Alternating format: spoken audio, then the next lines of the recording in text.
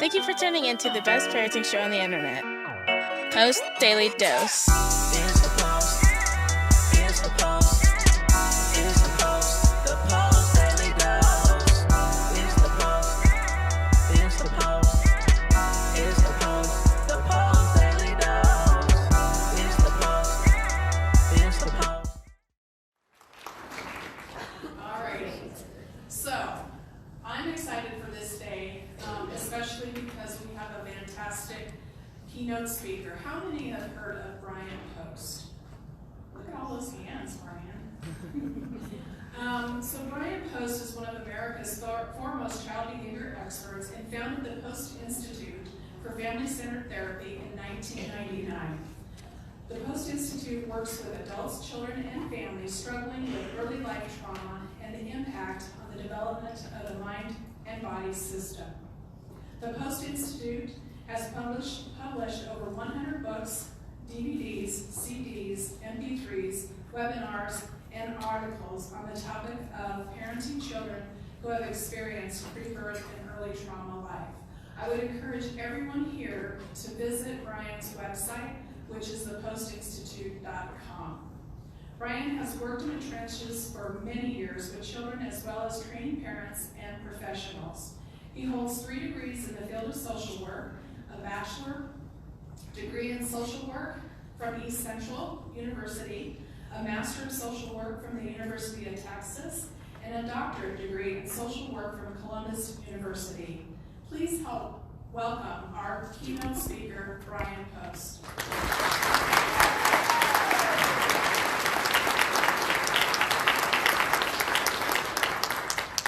Good morning.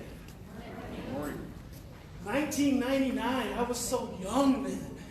I feel so old now. Gosh, joints are a little more rusty than they used to be. Thanks for having me in Grand Junction. This is fantastic. I don't think that I have been to Grand Junction before. And it is a beautiful little community. I mean, you guys are doing some really cool stuff here. And I'm actually streaming this on Facebook Live, so now the world's going to know. And there's going to be all these people coming, and I'm probably going to have to build border walls or something. It's going to be a big controversy. It'll be all my fault. So I've never, in 20 years of speaking, I've never spoken at a communication summit. And I think that that is a very cool thing, because communication is an essential key to reducing foster care placements, adoption disruptions, disgruntled foster parents, burnout, caseworkers. I mean, it's really important. And I think we take communication for granted. So I'm excited to be able to share this little talk with you today. And so the title of the talk is Connecting the 2 Most Important Forces in the Lives of Children in the Welfare System. The social workers and the foster parents. 2 most important forces. You all make these children's security, their foundation, their future possible. And it is such a big responsibility, because children who are in the child welfare system are not easy children. Children who are in the child welfare system have experienced trauma. And when you've experienced trauma, it changes your brain, and it also changes your emotions and your behaviors. Now, I actually came out here on Wednesday and spent some time down on Main Street with a few friends, and then I've been out in Mack, Colorado yesterday working with the family. So Wednesday evening and all day yesterday. And that's something I used to do a lot of. That was the majority of my early career. And so when Joni says I spent a lot of time working in the trenches, well, I've traveled around the world working with families in their homes. So I stay with them, and we do really intense and emotional work. And it's been a while since I've done a consultation, a family consultation is what I call them. Yesterday I was exhausted. I was tired. It was a long day working with a really sweet and unique 16-year-old adopted child. And we had some really cool breakthroughs, and the family's in a really good place. And I think one day you guys can see this little girl on American Idol or something, because she is really something special and something unique. But it's interesting because the journey of this child to this family began with poor communication. Not just poor communication, but traumatic communication. A professional told the earlier adoptive parents, and this is a child who's been in the system since essentially she was an infant, off and on, and then she was adopted the first time when she was 5. And a professional told her parents, her adoptive parents at the time, they were seeking help. They told them that this child could not be helped, that they would be better off just forgetting this child, leaving her in this placement, and then going on and starting their lives anew. So a professional said that to 2 parents trying to seek help about a child. Kind of like, just leave this little puppy with us, and we'll train it and take it from here. And so then what happened is a semi-truck pulled up at this treatment facility, put this little girl in the back of the cab on the semi-truck. She's 8 years old. They had not told her anything. She had been jumping on a trampoline. The semi-truck pulls up. The adults put her in the semi-truck, and the truck driver drives off. Drives off. And this is warranted by professionals. She's 8 years old. She kicks and she screams and she kicks and she screams because she doesn't know what the hell is going on. And he drives her through the night to some ranch somewhere. And she's dropped off with 2 respite parents, where they essentially put her through penitentiary-style boot camp for the next 5 to 6 months. And what was really cool about this little girl is she said that when she was kicking and screaming, the truck driver was laughing. And she finally realized that if he wasn't going to tell her where he was taking her, that he wasn't, or anyone else, was not going to get to know her. And she said, I just shut down. And I thought that was the coolest thing. Because when do 8-year-olds have the emotional, cognitive, intellectual, spiritual capacity to say, I'm not going to just let the world treat me however they want to treat me. I'm not going to just let adults treat me however they want to treat me. And she said, I just shut down. Now, unfortunately, that doesn't hold up when it's time to be in relationship. And luckily, she raised enough hell with those professional respite parents that they were happy to push her off on some other family. And so an organization sent out an email, I think it was a church organization sent out an email to like 300 people, and two families responded. And one of them, the one I worked with yesterday, is the one who went on to parent this little girl and have been parenting her for the last 8 years. But it's not been easy. And the day before yesterday, Wednesday evening, when I went out there and started spending time with them, she kept saying to me, I'm really good at manipulating. I'm really good at figuring out what people want and telling them what they want. She said, I usually can chew up most therapists. And I said, that's cool. And God bless you for being able to do that. For what you've been through, I don't blame you. I think that's fantastic. And so she kind of said that probably 3, 4, 5 times. And then I finally said to her, you know what? You know what you're really telling me? You're really telling me that you've learned how to become what everyone else wants. Because it helps you stay safe. But more than that, you've learned to become what everyone else wants and to say what everyone else wants to hear because you think you're bad. You think everything you've gone through since you were born is your fault. you've taken all the responsibility for all the adults that you've encountered. And she welled up a little tear in her eye. She said, you got one tear. You're not going to get any more. And I said, I don't want your tears. I'm not here for your tears. I'm not here to crack you or anything else. I'm here to show you that you are okay. Your feelings are okay. You matter. You are not bad. You are not bad. What if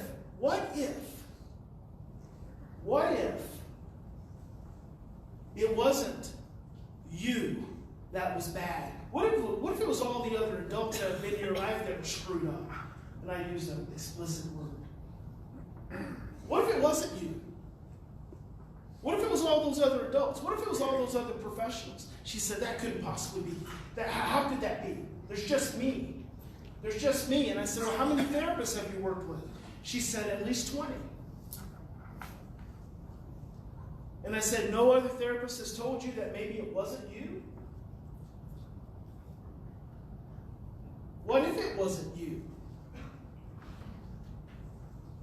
What if it was all of us adults who just couldn't figure out what you needed?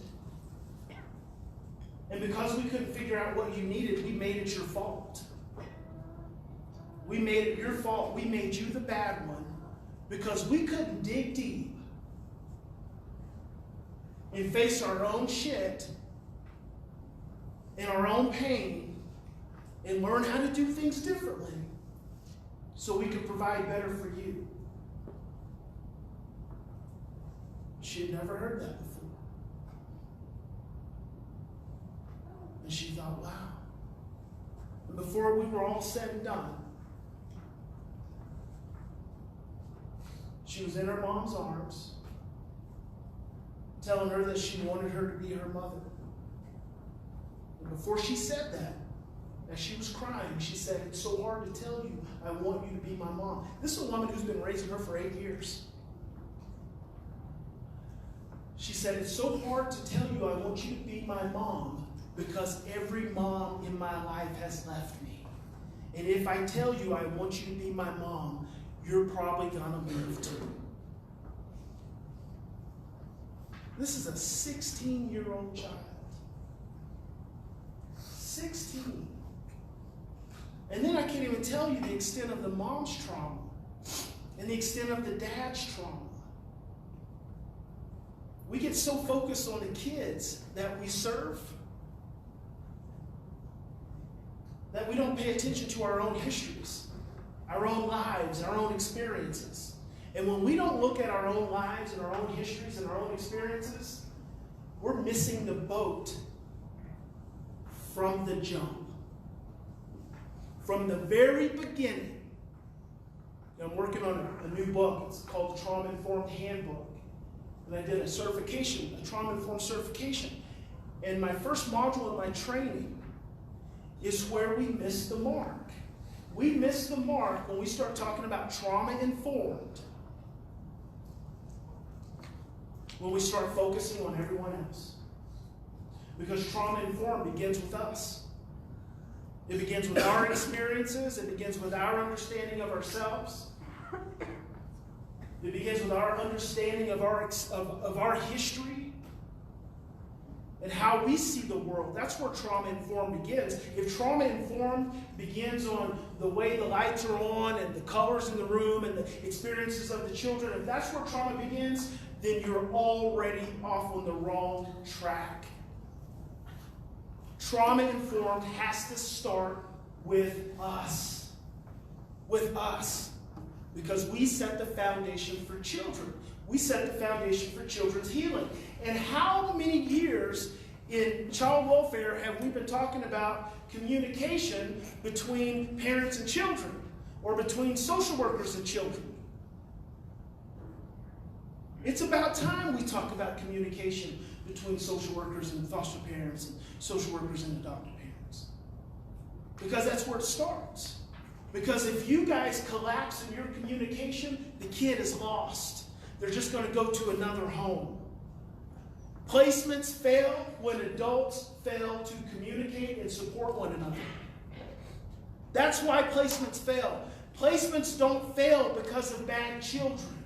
Placements fail because of adults who will not dig deep enough to figure out how to communicate better with one another and support one another passionately enough to help provide what these children need. That's why placements fail. So I'm glad I'm a part of this summit.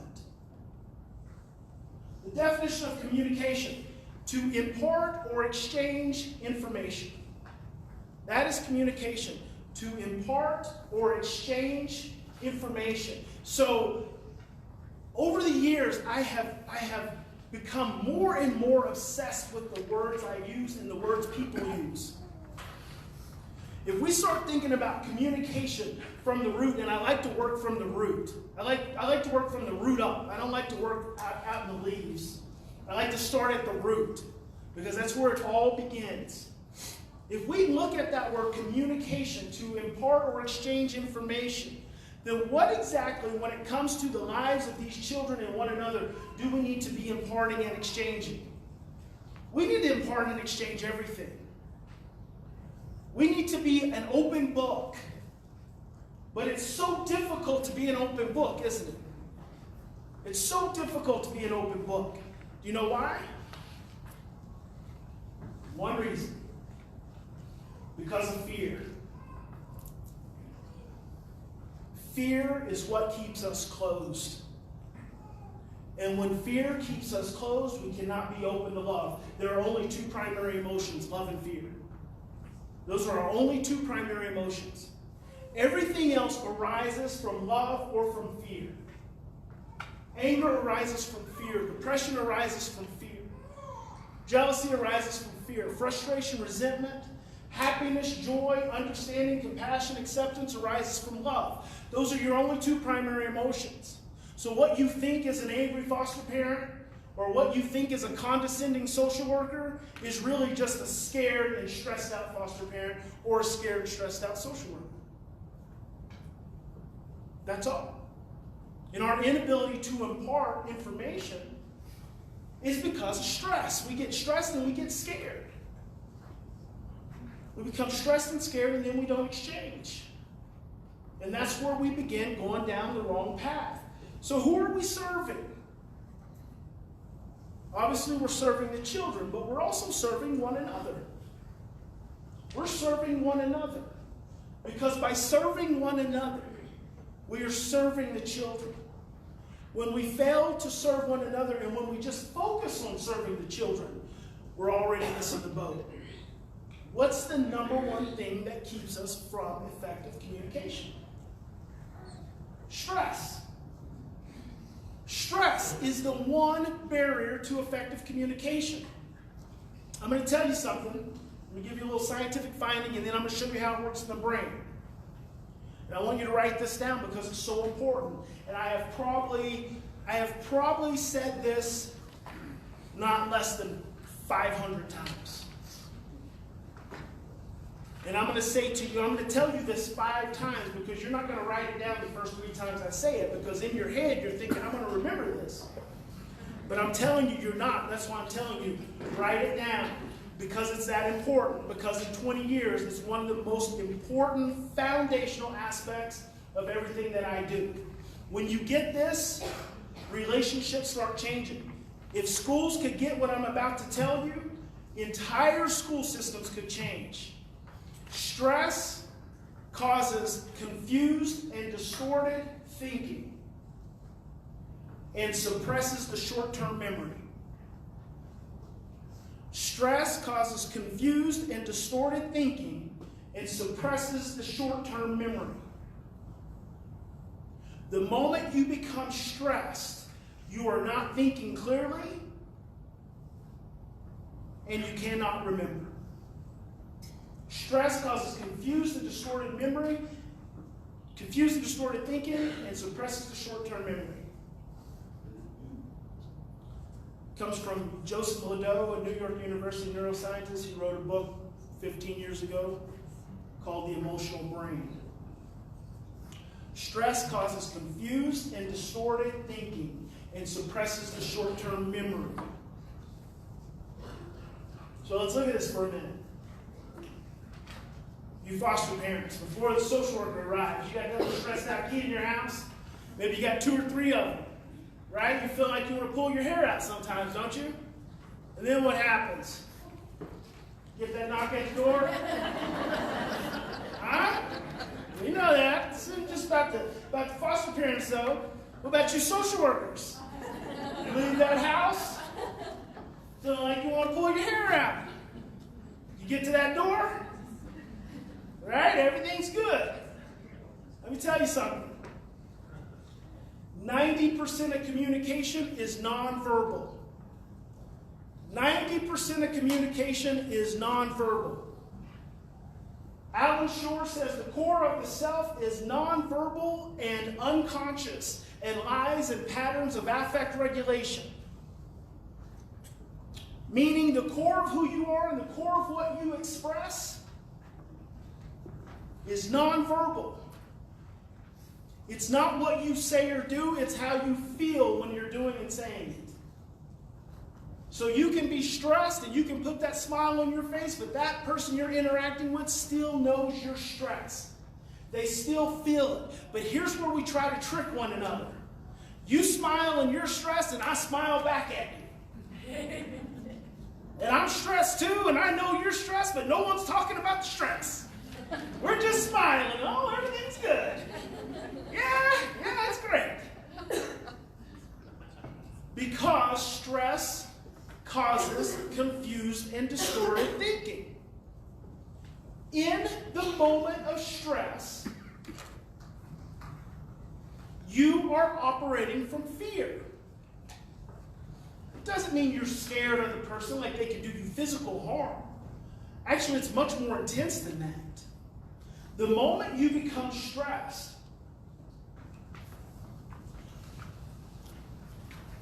there's a part of your brain called the amygdala. It releases a hormone called cortisol. It's your primary stress hormone.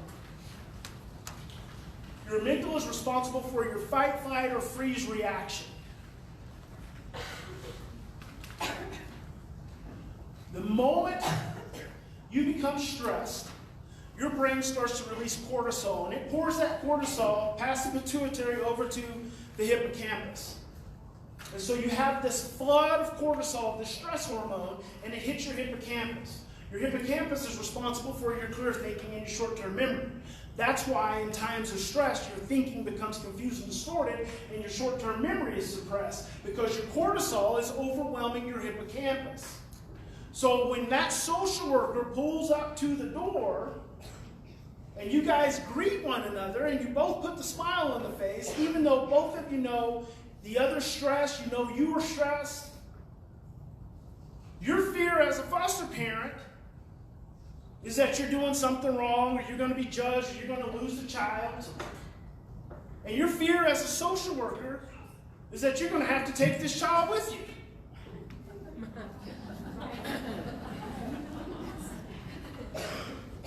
And you both know that that's the fear. So you just keep smiling at one another. And then what happens? We are unable to support one another. Because we're not just being honest and open in our communication. Just because you're stressed out as a foster parent doesn't mean you're doing anything wrong. It actually doesn't mean you're doing anything wrong. When your amygdala gets activated, there's another part of your brain called your brainstem. Your brainstem holds every painful experience you've ever had. Every painful experience you've ever had. And as soon as your amygdala gets activated, it unlocks your brainstem. And your brainstem starts to release those painful memories. Those painful memories have emotions attached to them, and it's all unconscious. You're not thinking about it. It just starts to trigger your body, starts to make you anxious, puts that little anxious smile on your face, gets you all jittery. That's for all of us.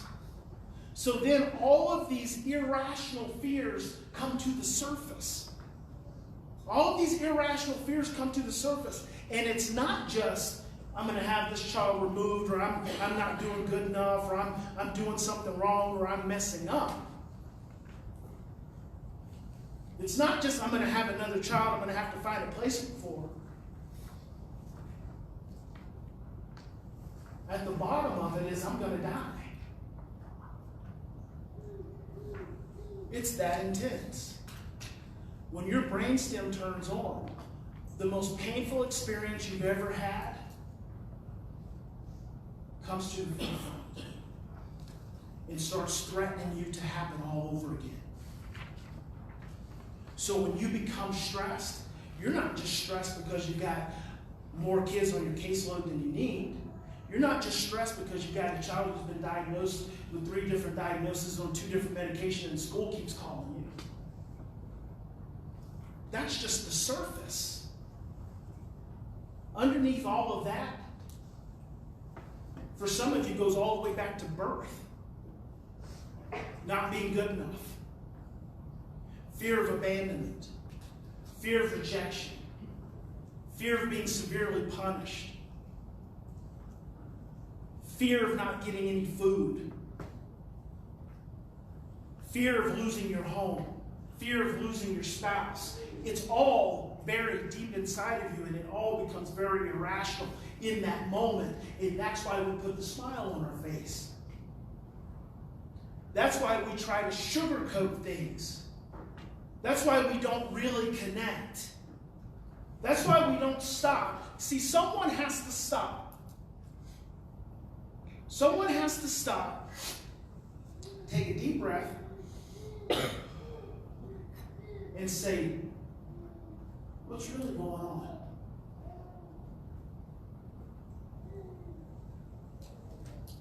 Someone has to stop and say, this is really hard. And I'm feeling really insecure and really inadequate to take care of this kid.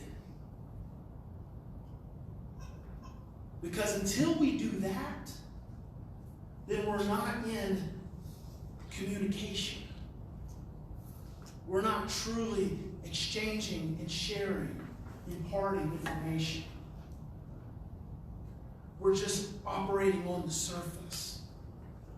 But it's really hard to take that kind of risk when in your brainstem, all these bad things may happen. Research says in times of stress, some adults have the ability to regress to infancy. Infancy. When we become stressed, Bruce Perry says we revert to our developmental zone of comfort. Meaning when you stress, you regress.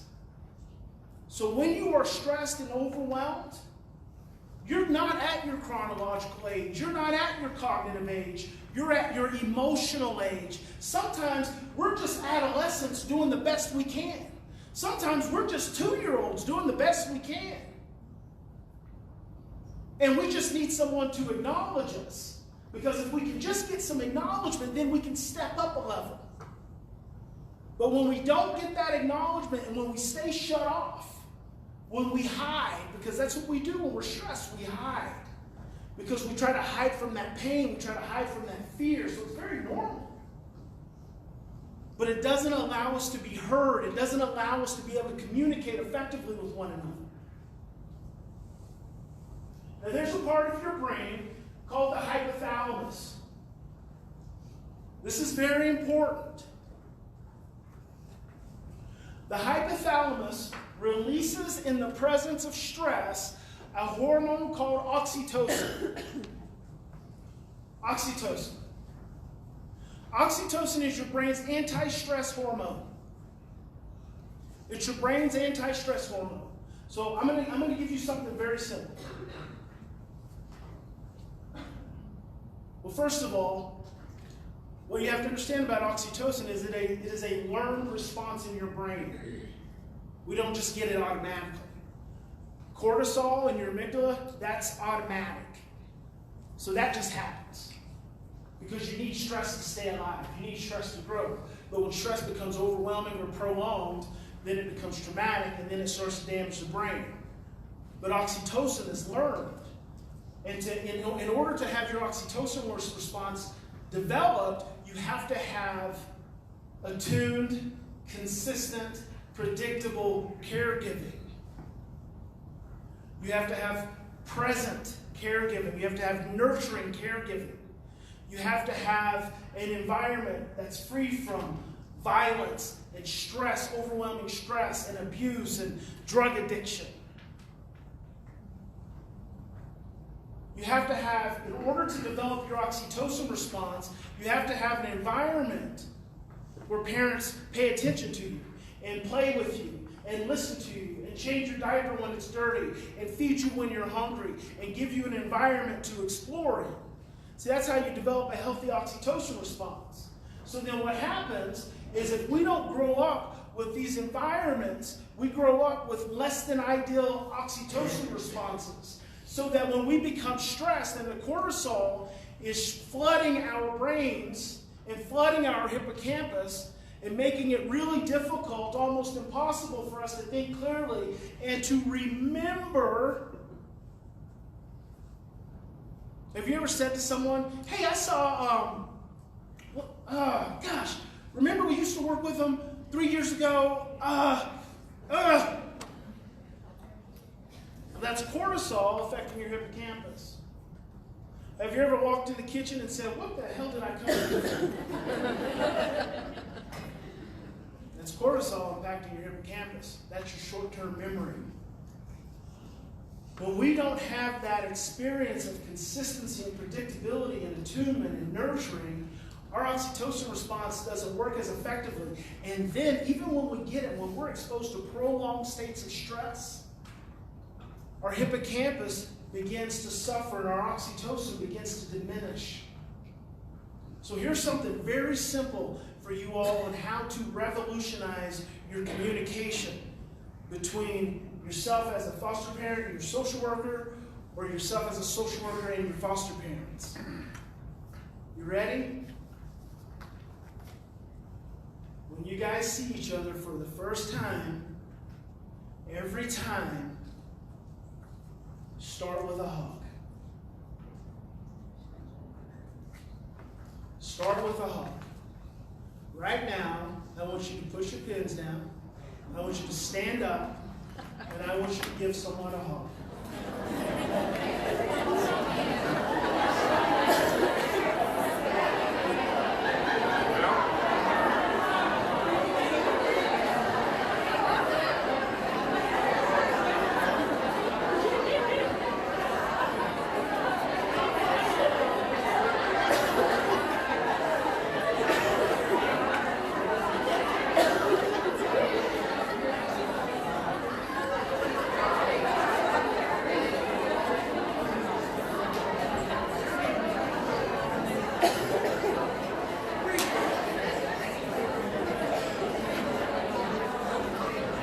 Listen to this. A 20-second hug is the most powerful way to elicit the highest amount of oxytocin. A 20-second hug actually has medical benefits. Now that's a long hug, right? Maybe you can work up to it. But initially, I'm telling you, just a hug. Start with a hug. And then breathe. Breathe. Breathing is the one proven way to interrupt our stress physiology. But the first thing we do when we become stressed is we stop breathing. And I guarantee you, when you're stressed and you answer that door, that smile on your face while you're smiling, you are holding your breath. Because you're stressed. Start with a hug. Take some deep breaths. I don't care how stressful it is. the more stressful it is, the more you need to breathe. The more stressful it is, the longer you need to hug. Because we have to get our brains into a state of regulation. A state of regulation. Regulation is the ability to experience and maintain stress within a window of tolerance. We all have a window of tolerance for how much stress we can handle. We have to be able to stay within our window of tolerance. We have to be able to regulate our brains in order to be able to think clearly and have effective short-term memory. If we don't, we are operating out of survival. Your body only knows two energetic states. It knows surviving and thriving. Those are the only two energetic states your body knows. And emotion is energy in motion. We have to be able to get to a place to stay within our windows of tolerance when it comes to stress. If we can't, we move into dysregulation. And I like that word dysregulation. I like that word dysregulation more than stress. Monday when you go back to work and your coworker says, well, how you doing? I want you to say, I'm dysregulated. And they'll be like, what? What? It gets so much more serious. Affect dysregulation is believed to be a fundamental mechanism involved in all psychiatric disorders. What that means is being stressed out. Being stressed out is the fundamental cause of all psychological and emotional and physical disorders. It's estimated that 98% of disease and disorders are related to stress in the autonomic nervous system. Stress is a big deal. And when you become stressed out, you are in a state of dysregulation.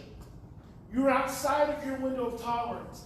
And if we are the most important dyad, meaning us foster parents and us social workers, if we're the most important dyad in the lives of these children, we rely on one another. We rely on one another to communicate effectively. And the only way we can communicate effectively is if we can keep our stress within a window of tolerance. And it can be really bad. It can be really bad, and that's okay. Now let me hurry up, because I got a couple of other slides I want to talk about. Let's talk about this one. This is important. I use this one in schools. It starts at the bottom. Pretty much everything I do goes from the bottom up. At the bottom is survival and reacting. That's the stage of amygdala and brainstem activation. You can't learn in this state. I'm going to tell you something really important. I'm just going to tell it to you in a different way than I just told it to you 20 minutes ago. When someone is stressed out, they can't learn. If someone is stressed out, they can't hear, they can't learn. You ever been talking to a stressed out person and they just look like they're blanked out? Because they are. And if you ever just kept talking to them, that's because you're stressed out too. Just stop. Just stop. Take some deep breaths and just say, react. Are you with me? But you know why we have a struggle to do that? We struggle to do that because in our brainstem, we have all these anxieties and fears around authority figures. And we see one another as authority figures. We see one another as authority figures because we're adults. We have all this anxiety around authority figures because we grew up with parents who were really tough. They were really tough, and so we actually grew up being pretty afraid of them. And so that's in your brainstem. So when you encounter another adult, what comes up in your brainstem is anxiety. What comes up in your brainstem when you see another adult kind of zoning out on you, and the reason you keep talking is because you're too anxious to slow down and stop them. Because you have this fear in your brainstem that you're going to get in trouble if you do. Because in that moment, you're not really an adult. You're an adolescent or you're a 5-year-old. But if you'll stop and if you'll take some deep breaths and you'll move yourself from a place of dysregulation into a place of regulation, you move back up to adulthood. And then when you're breathing, what you're actually doing is turning on oxytocin in your brain. And when you start turning on oxytocin in your brain, what you start doing is you start sending that other person a soothing vibration. And guess what that does? Turns on oxytocin in their brain. And so when you stop talking, when you see they're zoned out, and you take a deep breath, and you say, "Are you okay? Are you with me? Let's talk about what's going on." You're actually calming their brain down. When a person is starting to escalate and get agitated, and you can breathe, they're going up, you're going down. You actually bring them down. But when we are in a survival and reacting stage, we are in our amygdala, we're in our brainstem, and we can't learn there. We can't learn in that state. When someone's stressed out, the best thing to do is to not talk to them. If you got something really important, you're a social worker, and you got something really important, you got to have this foster parent understand or hear, and they're stressed out, you are wasting your breath. You're wasting your breath. Just go be present. Just go be present.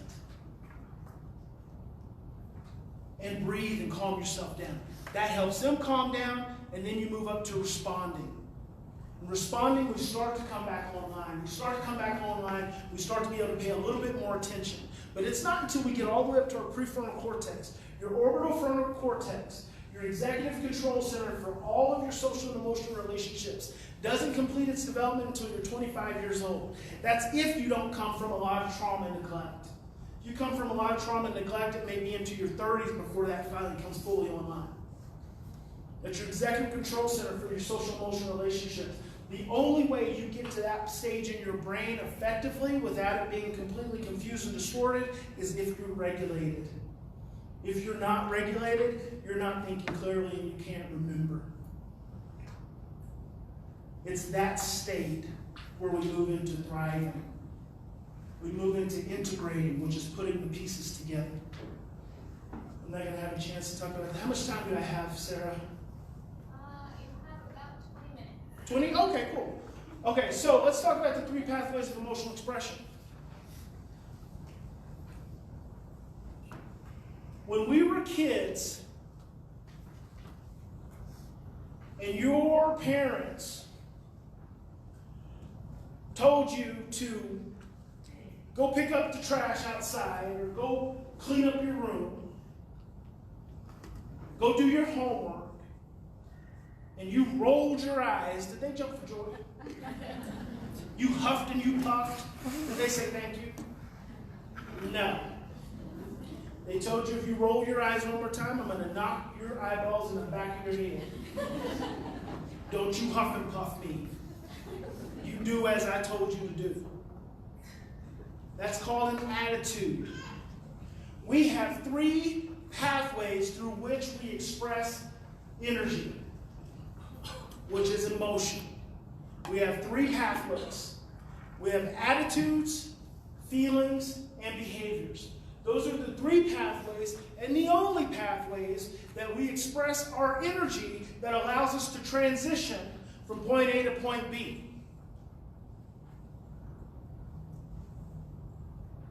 When your parents asked you to go take out the trash and you rolled your eyes and they said, "Don't roll your eyes at me," what they did was effectively suppress your attitude. But what you were attempting to do in rolling the eyes was transition your energy so you could go take out the trash. When you rolled your eyes, you weren't actually disrespecting your parents, but after generations of conditioning, that's what we believe it is. That's why we are so quick as adults and as parents to tell children, even today, don't roll your eyes at me. Who are you rolling your eyes at? Because after years of conditioning, generations of conditioning, we have taken eye rolling to mean something bad is going to happen. We have taken these little ovals in our skulls, rolling from one side to the next, to be an indicator that something bad is going to happen. Therefore, you better stop it. And so we can get real intense about attitudes, right? Well, if your children can't express through their attitudes, and if you can't express through your attitudes with one another, those get suppressed and you drop to feelings. As a child, could you express your feelings? Usually not. Usually not.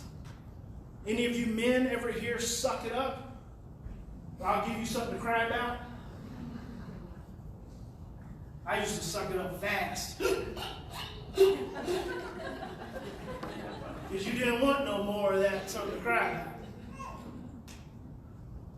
That's feeling expression. Feeling expression is another way that we transition through emotional energy. It's another way we transition to be able to tolerate or accept or do what's been asked of us. It is not a sign of disrespect. It is not a sign of manipulation. It is not a sign of control. It is not a sign that the world is ending and that you're going to die. It is simply an expression of energy. But we've grown up in a society with years, generations of conditioning, generations that say, if you express your feelings to me, something bad's going to happen. It must mean I'm not a good parent, or it must mean I'm not a good person, and it means that you're not a good person. So you need to stop it. And so then we suppress feelings. If you can't express through your attitudes and you can't express through your feelings, guess what you're left with? Behaviors. And for most of us, behaviors certainly weren't okay. But did you ever notice that when you finally could express through your attitudes, you couldn't express through your feelings, you just started acting out? And you act out in one of two different ways, anger or depression. When you can't express through your attitudes and you can't express through your feelings, you express through your behaviors. And the only expressions you have at that level are anger and depression. Anger and depression must come out through behaviors. Anger and depression must come out through behaviors. I call this the trauma triangle. If you live in this stage of behaviors, anger and depression, behaviors, anger, and depression, you are living in an environment of trauma. 6 months or longer, you're living in an environment of trauma. You know what happens at this stage? What happens at this stage is diagnosis, medication, disrupted placements, residential treatment, restraint, violence. That's what happens at this stage. And when we, as adults, can't express our attitudes and we can't express our feelings, we drop into behaviors. But what if we could express our attitudes and we could express our feelings and we never had to drop down to behaviors? What if, as a social worker, you could express your frustration? You could express your anxiety. You could express your anger. What if your foster parent wasn't attending a class they needed to attend, and you actually could say, that makes me really angry? And they could say, tough. The classes put me to sleep. And you could say, I know, I agree. Give me a hug.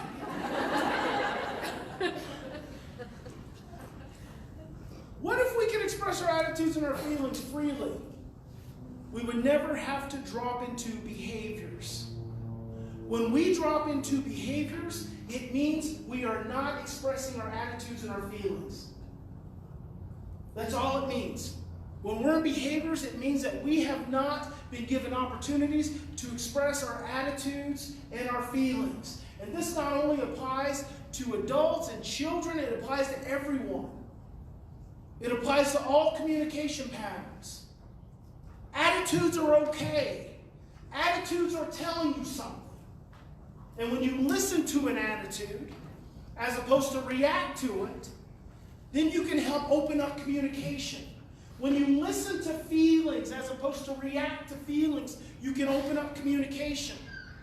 But if you can't accept attitudes and feelings, we drop to behaviors. And when we drop to behaviors, we can only be angry or depressed, and then behave accordingly. Let me back up just a minute. Let's talk about what trauma is. Trauma is defined as any stressful event which is prolonged, overwhelming, or unpredictable.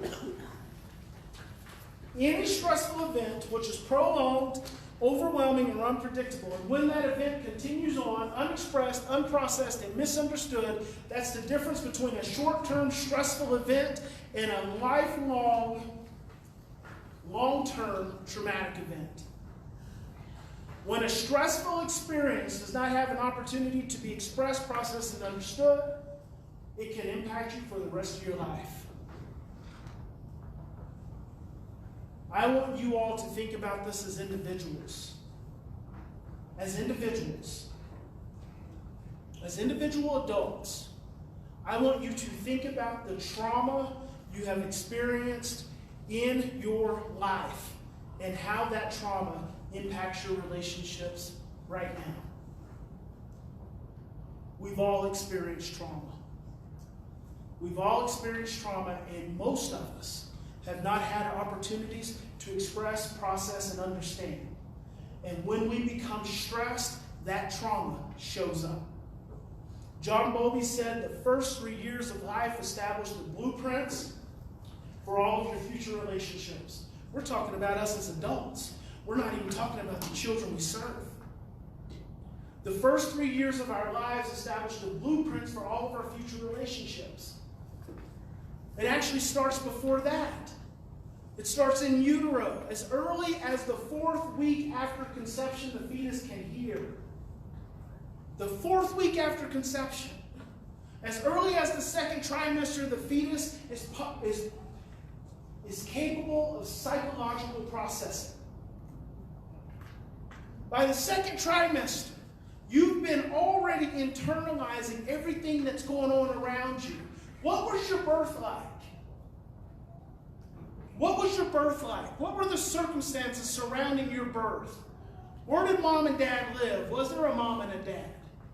Was it a safe environment? Was it a nurturing environment? Was there plenty of food? Was there alcohol and drugs? Was there violence? While you were in utero, see, this is all pre-verbal. It's called pre-verbal memories. It's in your brainstem. Pre-verbal memories, it's in your brainstem.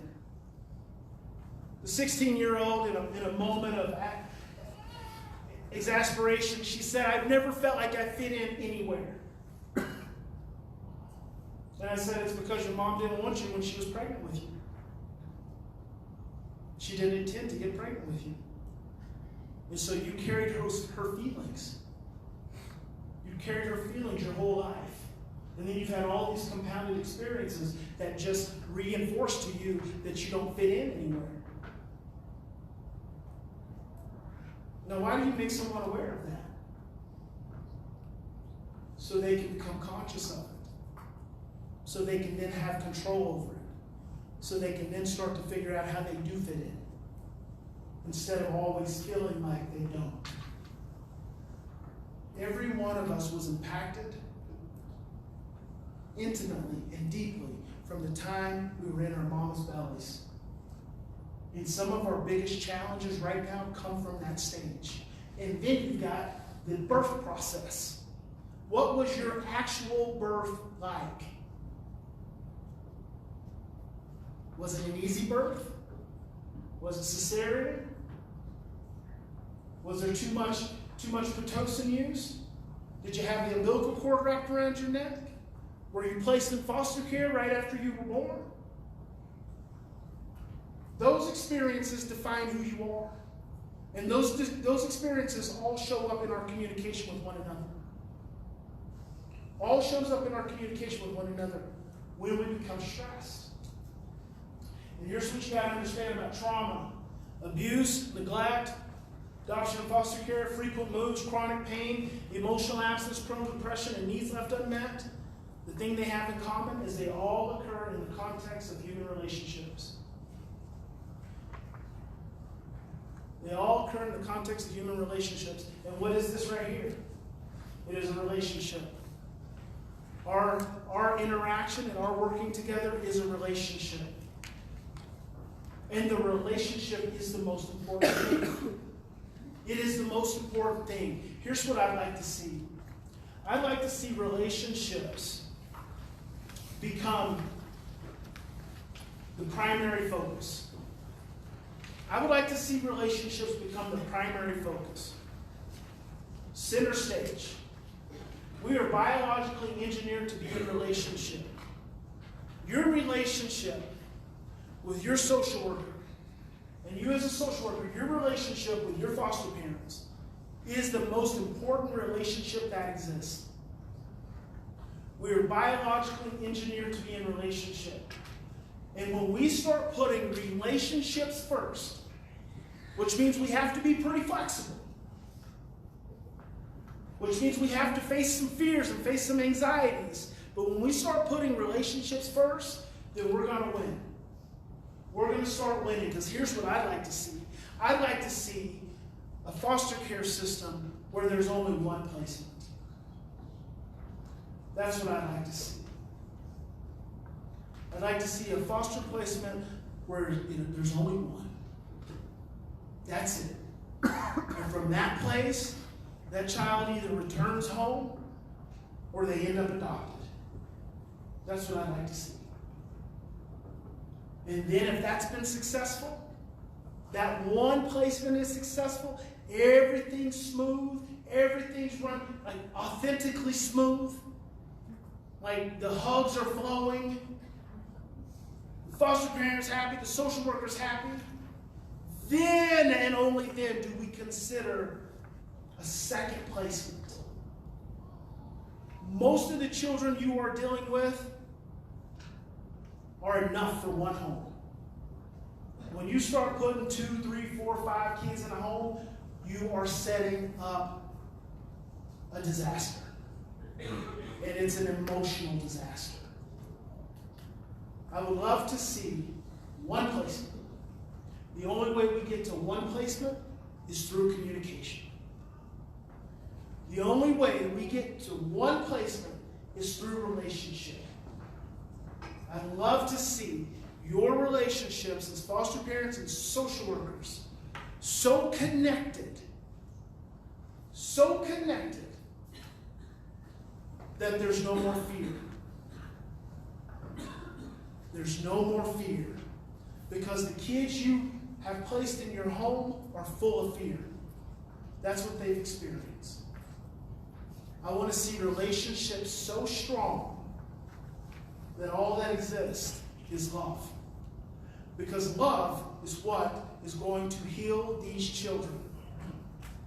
Love is what's going to make your job pleasant and not a drag. Love is what's going to make you enjoy being a foster parent.